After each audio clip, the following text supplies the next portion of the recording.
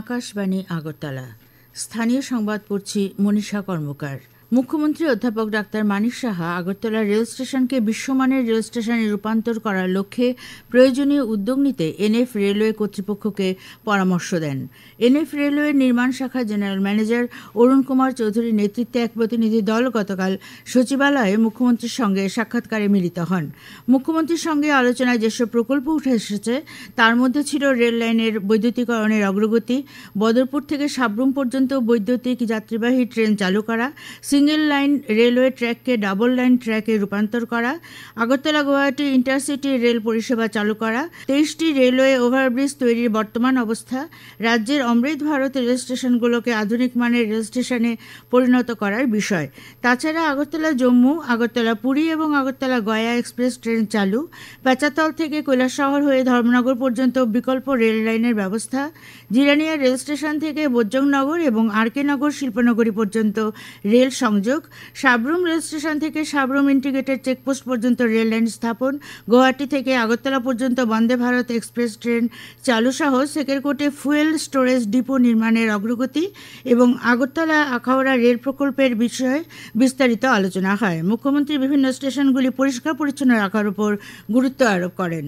মুখ্যমন্ত্রী অধ্যাপক ডাক্তার মানিক সাহা আজ 59 জেলা সফরে যাবেন। মুখ্যমন্ত্রী সেখানে 59 জেলায় 34টি উন্নয়নমূলক প্রকল্পের উদ্বোধন ও ভিত্তিপ্রস্তর স্থাপন করবেন। মুখ্যমন্ত্রী জেলায় আজ যেসব প্রকল্পের ভিত্তিপ্রস্তর স্থাপন ও শিলান্যাস করবেন সেই প্রকল্পগুলোর মধ্যে রয়েছে 59 জেলাশাসক অফিসের নতুন ভবন, মহকুমা শাসক কার্যালয়, জেলা পরিবহন অফিস, ভেটেরিনারি জেলা হাসপাতাল, একটি নতুন ডি অ্যাকশন জেলা হাসপাতাল, সমাজ কল্যাণের বিভিন্ন প্রকল্প এবং প্রত্যন্ত এলাকায় সরবরাহের জন্য 2টি পানীয় জল প্রকল্প। এছাড়াও স্থানীয় ব্যবসায়ীদের সুবিধার্থে একটি বাজার শেডের উদ্বোধন করবেন মুখ্যমন্ত্রী।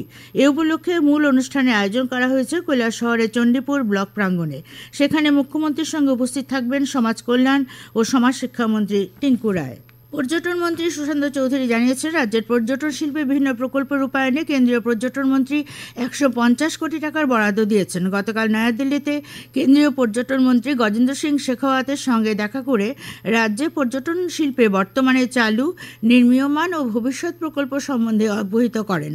পর্যটন মন্ত্রী সুশান্ত চৌধুরী কেন্দ্রীয় মন্ত্রীর কাছে কয়েকটি নতুন প্রকল্পের চূড়ান্ত প্রকল্প রিপোর্ট ডিপিআর পেশ করেন। পর্যটন মন্ত্রী জানিয়েছেন, রাজ্যে পর্যটন শিল্পের উন্নয়নে কেন্দ্রীয় সরকারের তরফে সব রকমের সহযোগিতার আশ্বাস দিয়েছেন কেন্দ্রীয় পর্যটন মন্ত্রী গজেন্দ্র সিং শেখাওয়াত। এদিকে পর্যটন মন্ত্রী সুশান্ত চৌধুরী আগরতলা থেকে বিভিন্ন রুটে বিমান ভাড়া নিয়ন্ত্রণের জন্য কেন্দ্রীয় অসামরিক বিমান পরিবহন মন্ত্রী রামমোহন নাইডু কিঞ্জারাপুরের হস্তক্ষেপ দাবি করেন। গতকাল নতুন দিল্লিতে কেন্দ্রীয় মন্ত্রী শ্রী কিঞ্জারাপুরের সঙ্গে সাক্ষাৎ করে শ্রী চৌধুরী এই দাবি জানান। তিনি আগরতলা মহারাজা বীর বিক্রম বিমানবন্দর থেকে বিভিন্ন রুটে বিমান পরিষেবা চালু করার জন্য অনুরোধ জানান। কৃষকদের জ্ঞান এবং দক্ষতা বৃদ্ধির জন্য গতকাল থেকে নতুন দিল্লিতে ভারতীয় কৃষি গবেষণা প্রতিষ্ঠানের উদ্যোগে 10 দিনব্যাপী এক উন্নত প্রশিক্ষণ কর্মসূচি শুরু হয়েছে। এই প্রশিক্ষণ কর্মসূচিতে ত্রিপুরা থেকে কৃষকদের 10টি দল পাঠানো হবে। কৃষিমন্ত্রী রতনলাল নাথ গতকাল বিকেলে আগরতলা রেল স্টেশনে 20 জন কৃষকের প্রথম দলের যাত্রার সূচনা করেন। তেজস রাজধানী এক্সপ্রেসে এই কৃষকরা গতকাল নয়াদিল্লির উদ্দেশ্যে রওনা হয়েছেন।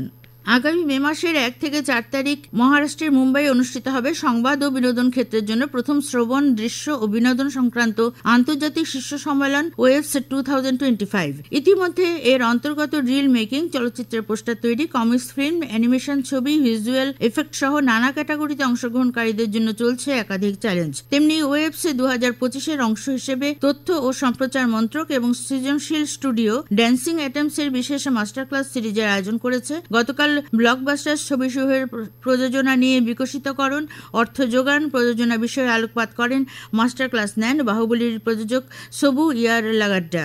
আজ প্রযোজনা নিয়ে কথা বলবেন অস্কারজয়ী প্রযোজক গুণিত মঙ্গা। তিনি ভারতীয় চলচ্চিত্রকে বিশ্ববাজারে নিয়ে যাওয়ার কৌশল সহ প্রযোজনা, অর্থ যোগান ও বন্টন বিষয়ে আলোকপাত করবেন। আগামীকাল অ্যানিমেশন চরিত্র এবং এর নির্মাণ নিয়ে বলবেন বিশেষজ্ঞ আর্নাউ উল্লে লোপেজ। 6 মার্চ যে কোনো মাধ্যমে কাহিনী সৃষ্টি ও উপস্থাপনা নিয়ে আলোচনা করবেন চিত্রনাট্য লেখক ও সাংবাদিক অনু সিং চৌধুরী। ককবর ভাষা আন্দোলনের অন্যতম নেতা ধনঞ্জয় ত্রিপুরার 51তম মৃত্যু দিবসে সিপিআইএম এর উদ্যোগে গতকাল যথাযথ মর্যাদায় পালন করা হয়। এই উপলক্ষে সিপিআইএম এর উদ্যোগে আগরতলা স্টুডেন্টস হেলথ হোমে আয়োজিত আলোচনা সভায় প্রাক্তন মুখ্যমন্ত্রী মানিক সরকার ককবর ভাষা আন্দোলনে ধনঞ্জয় ত্রিপুরার অবদানের কথা উল্লেখ করেন। সিপিআইএম রাজ্য কমিটির সদস্য রাধাচরণ দেববর্মাও আলোচনায় বক্তব্য রাখেন। ধনঞ্জয় ত্রিপুরার মৃত্যু দিবস গতকাল দক্ষিণ জেলায় সিপিআইএম এর উদ্যোগে নানা কর্মসূচিতে পালিত হয়েছে। সাচিরাম বাড়ির ধনঞ্জয় মার্কেটে সিপিআইএম আয়োজিত ধনঞ্জয় ত্রিপুরা স্মরণ সভায় বক্তব্য রাখেন বিরোধী দলনেতা জিতেন্দ্র চৌধুরী, সিপিআইএম নেতা বিজয় তিলক, অরুণ ত্রিপুরা, পরীক্ষিত মুরা সিং প্রমুখ। বিলোরিয়া শহরে আয়োজিত অনুষ্ঠানে ধনঞ্জয় ত্রিপুরার প্রতি শ্রদ্ধা জ্ঞাপন করেন বিধায়ক দীপঙ্কর সেন, প্রাক্তন বিধায়ক বাসুদেব মজুমদার প্রমুখ। বক্তব্য রাখেন বিরোধী দলনেতা জিতেন্দ্র চৌধুরী। ধনঞ্জয় ত্রিপুরা স্মরণে গোমতী জেলার মূল অনুষ্ঠানটি হয় উদয়পুর কিল্লা বাজারে। আজ দুপুর পর্যন্ত আবহাওয়ার পূর্বাভাসে জানানো হয় আকাশ অংশত মেঘলা থাকবে, দিনের সর্বোচ্চ তাপমাত্রা থাকবে 33 ডিগ্রি কাছাকাছি। আগরতলায় আজ ভোরে সর্বনিম্ন তাপমাত্রা ছিল 17.2 ডিগ্রি সেলসিয়াস। স্থানীয় সংবাদ এখনকার মতো শেষ হলো।